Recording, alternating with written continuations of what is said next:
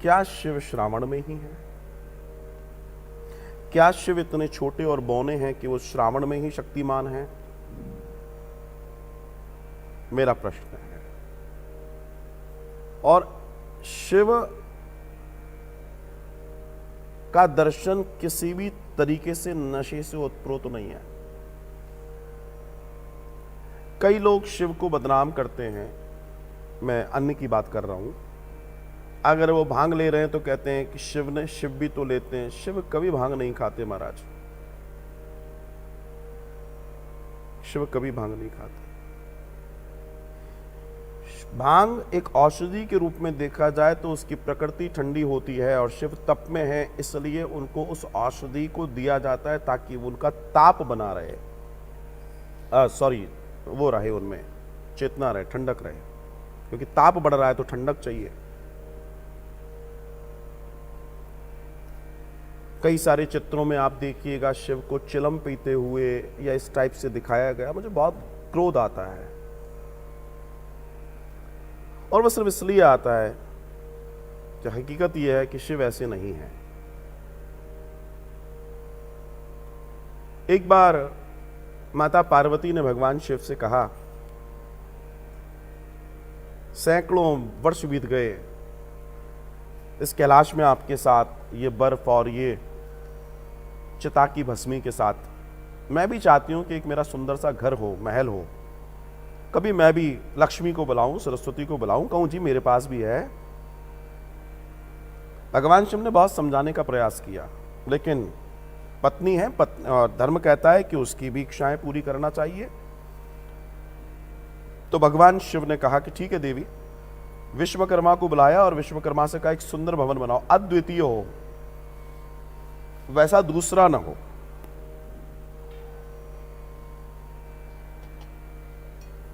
जब भवन बन गया तब भगवान ने कहा कि भाई भवन में गृह प्रवेश भी होगा, श्रेष्ठ पंडित को बुलाया जाए।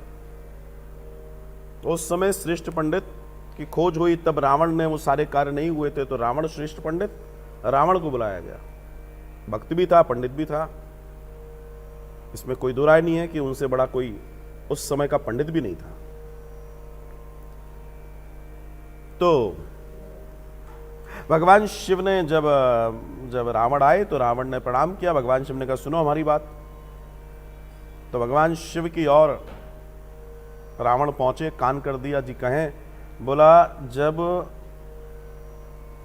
तुम पूजा करो और पूजा की दक्षिणा की चर्चा आए तो हम श्रीमती जी को आगे कर देंगे, और जब वो कहें दक्षिणा मांगो तो तुम ये भवन मांग लेना जिसका तुमने पूजन कराया है। और दर्शन वही है साहब।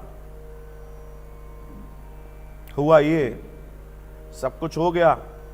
अब उन्होंने बोला भवन स्वामी पूजा में कौन बैठेगा? बोला इन्हीं की इच्छा थी, इन्हीं को बिठाओ पूजा में, हम तो बाबा बैरागी है। अब इतना सुंदर लग्जरियस अद्वितीय भवन था तो बड़ी प्रसन्न थी पार्वती। और जब सब कुछ हो गया तो भगवान शिव ने रावण की ओर देखा और रावण ने मैया के पास गए। बोला मां आपने इतना करा है, अब मुझे दक्षिणा दें। तो पार्वती ने कहा कि शिव के दरबार में आप दक्षिणा मांग रहे हैं, क्या चाहिए? जो चाहिए वो मिलेगा। बोला मां सोच लें। बोला जो चाहिए वो मिलेगा। बोला मां ठीक है, जिस भवन का मैंने पूजन किया भवन मुझे दे दो। शिव मुस्कुराए। पार्वती ने भगवान शिव की ओर देखा, वो कहानी समझ गई। और फिर शिव ने पार्वती की ओर देखा। पार्वती ने बहुत प्रेम से उनको जैसे सम्मान दिया अपने नेत्रों से।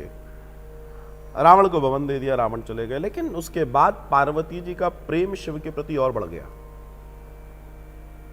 वो समझ गई थी कि मेरी प्रसन्नता के लिए जो कुछ किया शिव ने वो एक अच्छी बात थी, लेकिन शिव किसी भी चीज में आसक्ति नहीं रखते।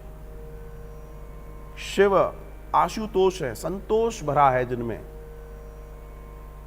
जो समस्याओं से निकालते हैं और खुद निर्जन होकर बैठ जाते हैं, अपना नाम नहीं लेते।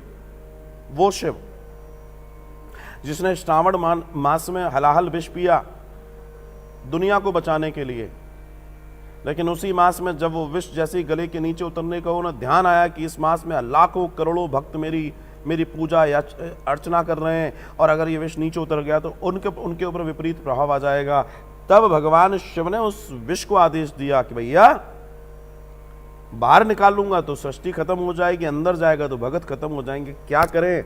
भगवान ने कहा कंठ में स्थित हो जाओ। भगवान नीलकंठ हो गए। आप सोचिए, जो हलाहल विष को साध सकता है उसको चिलम की जरूरत पड़ेगी, उसको भांग की जरूरत पड़ेगी। विचार करके देखिए। तो जो आपने कहा कि आपके शिव का प्रेम है, तो शिव के लिए तो सब कुछ नौछावर है। उस श्रावण मास के बाद भी जो आपके साथ चीज जुड़ रही हैं, आप उसे भी छोड़िए।